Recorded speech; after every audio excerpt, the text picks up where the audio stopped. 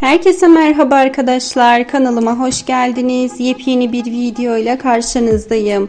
Ebru Şahin NTC Medya imzalı Adana Yazı dizisiyle ekrana geri dönüyor. Güzel oyuncu Now'da yayınlanacak dizide Uğur Güneş ile başrolü paylaşacak.